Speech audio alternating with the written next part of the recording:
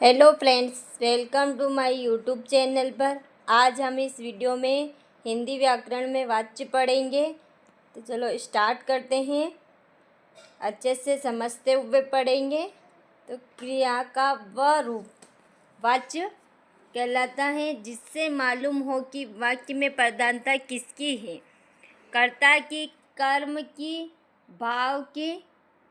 इससे क्रिया का उद्देश्य ज्ञात होता है। अंग्रेजी में वाच्य को वॉइस कहते हैं।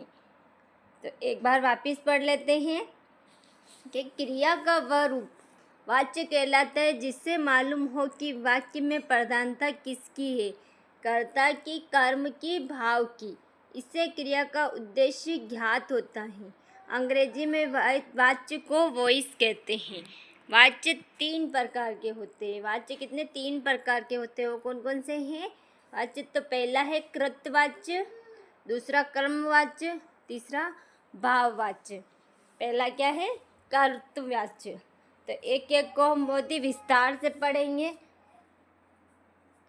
इसके उदाहरण भी देखेंगे, समझेंगे। तो पहला है कृतवाच्य।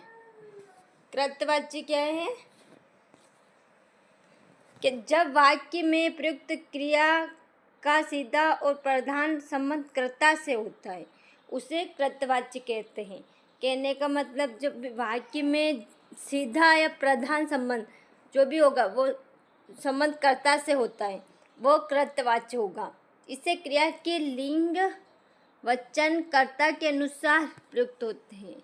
जो भी लिंग वचन होगा, लिंग होगा, वो सभी किसके? कर्ता के अनुसार ही लगेगा। तो अर्थात क्रिया का प्रधान विषय कर्ता है और क्रिया का प्रयोग कर्ता के अनुसार होगा। तो कर्ता के अनुसार ही सब कुछ होगा। इसमें क्रिया लगेगी तो भी वो वचन लगेगा तो भी क्रिया के अनुसार, लिंग लगेगा तो भी क्रिया के अनुसार ही होगा। तो मैं पुस्तक पढ़ता हूँ। मैं क्या है? कर्ता है। पुस्तक पढ़ता हूँ तो पढ़ता क्रिया है तो किसके अनुसार लगा? लिंग, लिंग पढ़ता, लिंग तो किसके अनुसार? कर्ता के अनुसार। मैं पढ़ता हूँ, पुस्तक पढ़ता हूँ। विमला ने मेहंदी लगाई।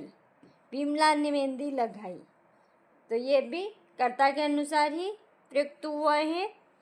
तुलसीदास ने रामचरितमानस की रचना की। ये भी कर्ता के अनुसार ही इसमें संबंध प्रयुक्त हुआ है। अब है दूसरा कर्मवाच्य।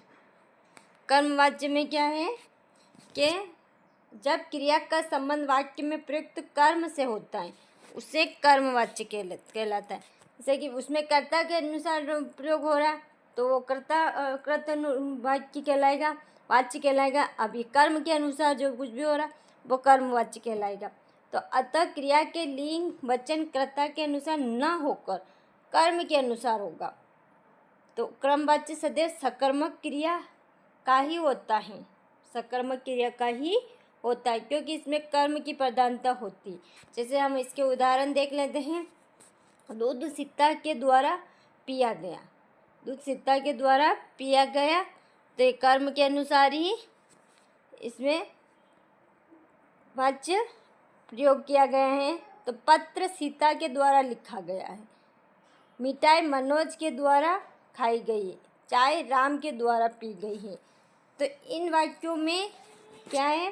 पिया, लिखा, क्रिया का एक वचन, पुल्लिंग रूप दूध व पत्र कर्म के अनुसार आया है। इसी प्रकार खा, पी एक वचन पुल्लिंग क्रिया, मिठाई व चाय कर्म पर आधारित है।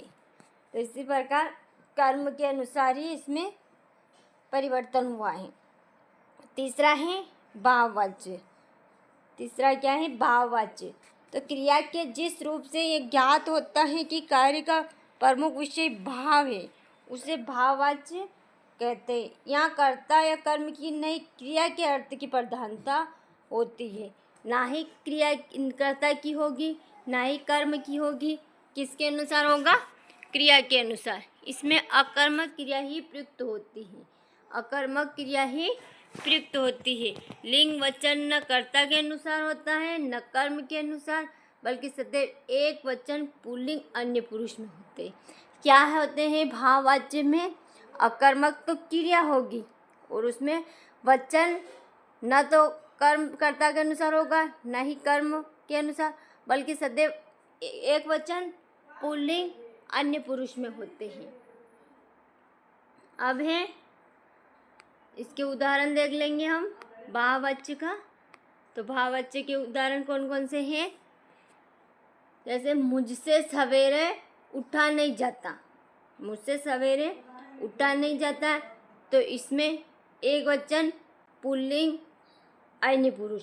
सीता से मिठाई खाई नहीं जाती है, तो इसमें भी एक वचन पुल्लिंग अन्य पुरुष प्रयुक्त